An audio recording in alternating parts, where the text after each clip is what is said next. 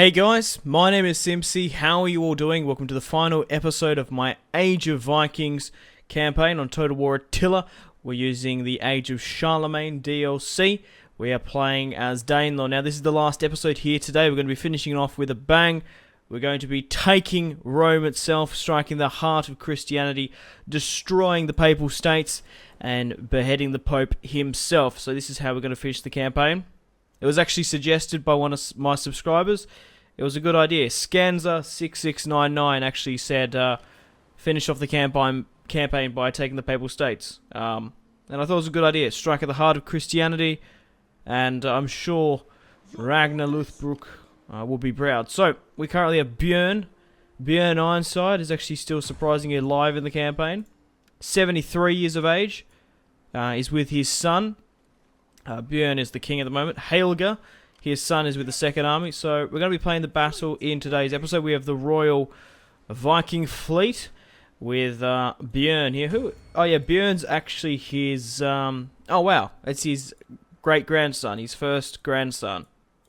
Björn's grandson. So obviously I will go through the family tree and recap. But yeah, we obviously have Björn, 2 units of spearmen. 8 units of Wolfcoat Berserkers, 2 units of Sword Herdmen, 2 Huskarls, 3 units of Armoured Archers, 1 unit of English Mercenary Horsemen, and the Onagers. And the Second Army is quite similar. So we're going to be defeating the Papal States here today. Now I made the decision to end the campaign because I don't really see what there's much else to do. Obviously there aren't any victory conditions in this campaign, this mod so far. And it's also based off Imperium anyway. The short victory in the normal campaigns reach Imperium 5, and we're definitely past 5, so there's not actually any victory conditions that we could go to. Sorry about that one, guys. I got interrupted. But regardless, why would the Vikings continue to wage war? Obviously the main reason, or one of the main reasons they left Scandinavia was to find good farming and arable land. And in this alternative... scenario, they've taken the entirety of the United Kingdom and Ireland. Why would they declare war and push upon the Kingdom of the Franks, who have a pretty huge standing? I could understand like them raiding back and forth, but there's not really much to add to in that campaign, because the Kingdom of the Franks obviously won the East and West Francia War. There's only 2 Carolingian dynasties, the Italians here as well. So we're going to be finishing the campaign, hitting the Papal States with Björn Ironside, who's 73 years of age. That's insane. We did lose Frisia, however, which is unfortunate. Burgundy took Utrecht. But I will recap the campaign once we finish the battle, and I will go through all the stats. But I really did enjoy this mod. Highly recommend you download and play it for yourselves, get your own thoughts and opinions. But let's play the battle. So we're going to get Björn to attack this army just here. So we're going to declare war. We're going to call our allies the Kingdom of Dublin and the Danes.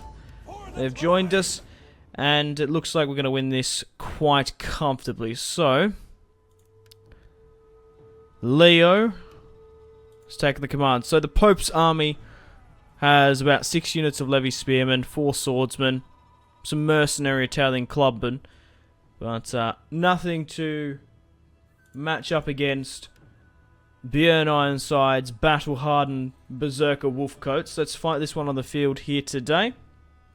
If you guys are still enjoying the campaign, I'd really appreciate it if you could hit that like button and subscribe if you haven't already. Check out my social media links, Facebook, Twitter, and Instagram, all in the description below. If you want to download and play this mod along with me, you're most welcome to do so. They're all in the description below. It's pissing down with rain here in Rome. We finally got a dry day. Perfect. Sorry about another cut there, guys. I just keep on getting interrupted. Probably shouldn't be recording at this hour. But regardless, I really want to get into the battle and finish off this campaign. And I want to get back into it. It's been a lot of fun. So, what we're going to do is we're going to line up here against them. So, that's their 1 unit of cavalry. Alright. Most of my army is coming from the sea. We do have some reinforcements coming from behind. So, let's just go with a stock standard line as best we can. So, like here. Alright, I'll put my spearmen on the flanks just in case any cavalry charges. I wonder if my English mercs will be able to run down that unit. And not like it, it's not like it matters now anyway. At this point in the campaign. Right, we'll move Björn here, who's 73. I keep on banging on about it, but it amazes me. Right, heavy shot. I'm surprised he's actually last this long. Outlived all his brothers. Okay, so we have Björn Ironside here. Where is he? There he is. The man, the myth, the legend. God, he looks old. He really does. For this time, 73 years of age is quite old leading a battle. I guess, well, you could see it. You could see it. A tough old grandfather nowadays in real life. Alright, so we have our other units of onagers and cavalry moving in that can't be deployed on the boat. So let's move them up. Wow, this is a really cool. This is going to be a really cool battle against the Papal States. And now, of course, the Vikings are coming in on their ships. The wolf and the bear paw. Oh wow! Look at the mercenary wolf coats. Right, let's get everyone in as quickly as possible. And I guess just try and disembark them here. Where can they be disembarked? Okay, so my English cavalry here is engaging their bodyguard. I don't know how well they're going to do. So it's going to be interesting to see if the Papal States, these ignorant Christians, are going to charge the main line. I honestly think that my army here would be able to take them out. With King Björn's army. So we're going to be able to deploy everyone here. Perfect. Go, go, go, go, go. So we have King...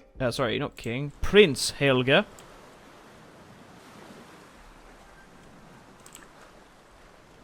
Wonder where he is. I don't know. But here's the perspective. The Papal States posturing. And these Vikings keen to get into the battle. I wonder if there's sort of like a fasten ability up. Yeah, not really. Can use a whip though.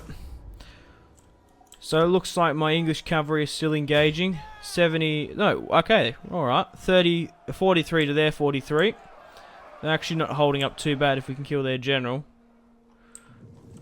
So it looks like the Levy spearmen are slowly but surely posturing up. And here's the main host of swordsmen. So it looks like the Papal States are going to attack me. They do have one unit of their own onagers. And we've killed their enemy general that was in that unit there. But Leo, the main commander, is pushing. So let's get these guys into melee mode and move up here to the corner. The longer we hold off, the better. And we may have killed the enemy general there. However, my cavalry has broken and his general bodyguard remains. But these wolf coat berserkers are just incredible to look at. I really wish Björn's unit could be a wolf coat. That'd be insane.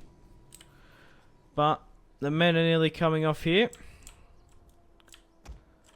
Alright, deploy you here then if you can't. Oh, I'll probably actually... Yeah, I was going to say change the plan, deploy you here. But they are moving up slowly. The fleet is coming in.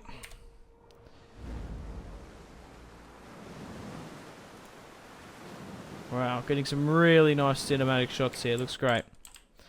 But these spearmen are going to be fresh off the boats. These wolf coats here as well.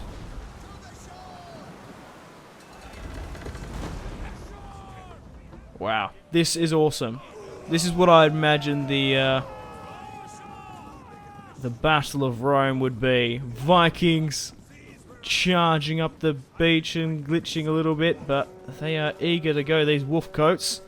Sand between their tinkle toes. Right. Wow, that just looks fantastic. Right, move, move, move, move, move. So there's a cavalry unit flanking. Luckily for me, I do have spearmen there. So let's throw my spearmen up and cavalry to deal with them. Onagers are firing at will. Let's get those to go here. Got more onagers moving up. But everyone is disembarking as best they can.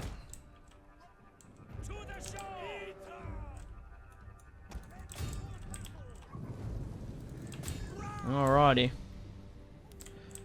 Let's negotiate what's what and can go where. So, basically everyone here except for the archers, I want you to move to here. Move up and charge as best you can. Double time and group. Just so I don't have to reorganize you again. They're coming fresh off the beach. I wanted to get a shot of these others here. Archers! Take game! So they're moving up their skirmishes. We're going to have to fall out from there. Except for the spear unit can go back here. Alright, what we're going to do here now is we're going to go with a counter charge on their line. Let's hit them and hit them hard. I don't think sitting back, letting pot shots getting taken from us is a good idea. Especially with these berserkers. They'll go fucking nuts if you don't throw them in. So, everyone charge. I reckon, honestly, we might be able to take out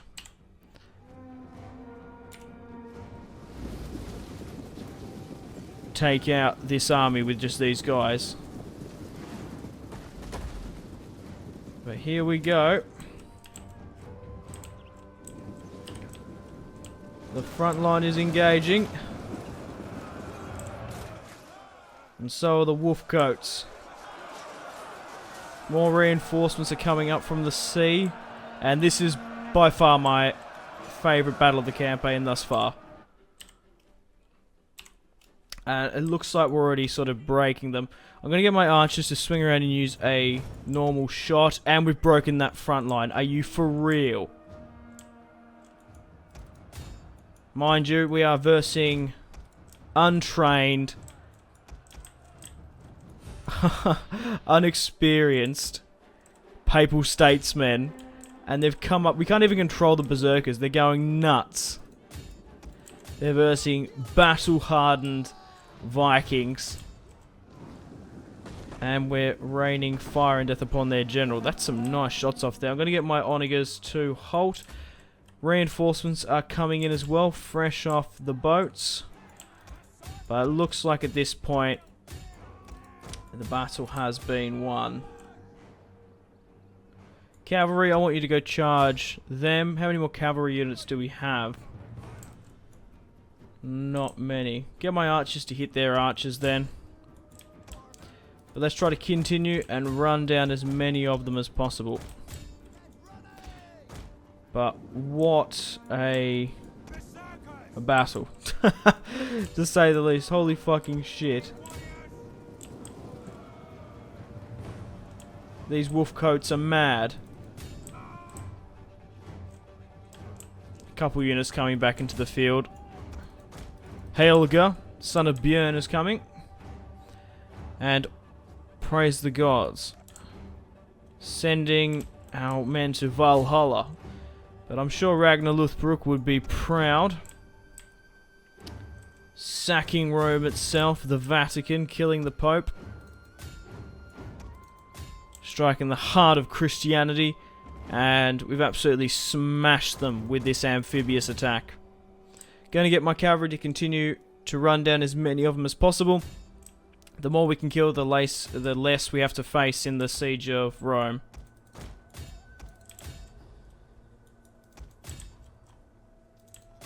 Man. I'm so curious to see the odds at the end of this. Right, who's sort of in the field? A couple more here. My cavalry's not going to reach them. So let's end the battle. A decisive victory. Oh, wow. Holy shit. Just look at those odds.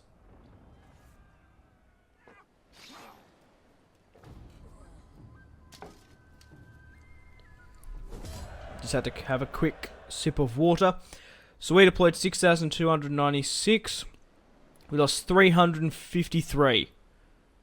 The Papal States deployed 4,440 and lost 2,641 on the field. But like I said, these guys don't even have any chevrons.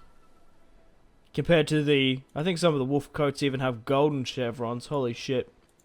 But Björn Ironside, King Björn, with his son Helge the Prince, his grandson Björn, through his daughter Siggy. We're going to kill the captives, and we're going to be able to push upon Rome quite easily. So we're going to continue the siege of Rome. We shall bring Helge and his army up. I wish there... Well, there is a river going into Rome. I wish I could sail up it, but I can't. We're going to go with the auto-resolve now. A clear-cut one. And who's the Pope at this time period? I'm sure every Christian faction would condemn me. Pope Stephen, or Stephen will say, we're going to behead the Pope. And Björn Ironside will do it. Okay. And we've taken Rome itself.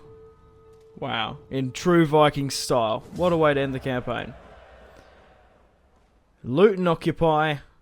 I would raise it to the fucking ground, but we're going to occupy it for the sake of Björn sitting in the holy places. That'd be quite funny. And we've taken Rome itself. Start burning stuff to the ground that we don't need. And we have Rome. How fantastic is that, guys? But on that note, I'm going to end the campaign here. We'll quickly recap the family tree and the diplomatic standings. So yeah, let me know in the comment section down below, guys, what you'd like me to replace this campaign with. Doesn't necessarily have to be Age of Vikings, but I don't know. I think the Kingdom of Dublin would be a really cool campaign just to play as. But settings, it'd be very similar to this. I don't know if I'd do it on YouTube or something. But yeah, let me know in the comments. This has to be Total War, of course. But I've thoroughly enjoyed this campaign. This mod really came out of nowhere. I did get early access from the developers. So thanks to them once again. But yeah, we took the entirety of England, Scotland, and Wales. Nearly the entirety of Ireland. And yeah, we've taken Rome. So, let's have a quick look at our diplomacy. We're currently at war with the Franks. The Papal States have been destroyed. We're allies with the Kingdom of Dublin and the Danes, of course. So let's have a look at the family tree. Let's go through Ragnar's sons first, and then we'll go through Björn, because his family tree is quite significant. So, Ragnar and his sons. So, his son, Halfdan, had one daughter, Astrid, who is married to Borg and has a son, Sigfrid. Ubba had one son, Sigurd, who has two bastard children, Beg, Seg, and a daughter. Ivar the Boneless had one daughter, Sigrid. She's married to Harbard, and they have two children named Kulf. I don't know why. Maybe they're twins. Sigurd, Snake in the Eye, had one son, Gorm. He's had a son, Olaf, I think that's how you say it, and a daughter, Brida. So there's Ragnar's 4 sons. Björn Ironside, his firstborn son and now king, has 2 children. Let's start off with his only and firstborn son, Helge, who has a bastard son, Halfdan, who is currently married to the daughter of King Horik of Denmark, not the Horik that Ragnar killed, obviously, a different Horik who was ruling Denmark at the time. So he has a bastard son, Halfdan. Ivar, his son who was 4, who will inherit the throne, and he has a daughter, Freyja. I think that's how you say it. Now, his second child, Siggy, who married Thorstein, has had 4 children. Björn has gone on to have the... Björn, wow. Obviously, his grandfather's Björn. But yeah, Björn has 3 bastard children, Ivar, Helge, Knut. So 3 sons. Siggy also had a son, Magnus, who has a daughter, Aslog. Siggy's only daughter, Torvi, married King Harold of the Kingdom of Dublin. He is now dead. He was 55 when he died, and his son, I do believe, or brother, Hitserk, I think that's how you say it. These Scandinavian Viking names are so hard for me to pronounce, goddamn. And the baby of the family, the third-born son, Hrolf, has had a son. So the line of Ragnar Lothbrok and Björn Ironside has flourished, Ragnar's children. Which is great. I'm sure Ragnar himself would be really quite proud, even though he did like Athelstan and the Christians. I'm sure he would have been happy to see the Vikings take Rome. But I hope you understand why I ended the campaign. Not really too much else I can do. I've already sort of done it as well, invading Europe from the British Isles. I did play as Mercia, where I took a incredible chunk of the campaign, invading through northern Denmark into Germany. Yeah, but why would the Vikings want to take and conquer settlements in Francia? It wouldn't make any sense. They have 34 provinces. They're absolutely huge with their military allies. We have Danelaw, obviously the United Kingdom. We've got farming. I can understand raiding, but you can't really raid for no reason during the campaign. But thoroughly enjoyed it. Would like to do more Age of Vikings. Let me know in the comments what other factions you'd like me to do. Victory conditions wise, we don't have any, but we've definitely hit our short victory, which is reach Imperium 5. We've hit 1, 2, 3, 4, 5. We're nearly 6 or 7 is our Imperium. But, yeah, like and subscribe if you haven't already. Check out my social media links, Facebook and Twitter. Have a fantastic rest of your day. Make sure to take care of yourselves. Stay tuned for more content on Simpzy Total War. Goodbye.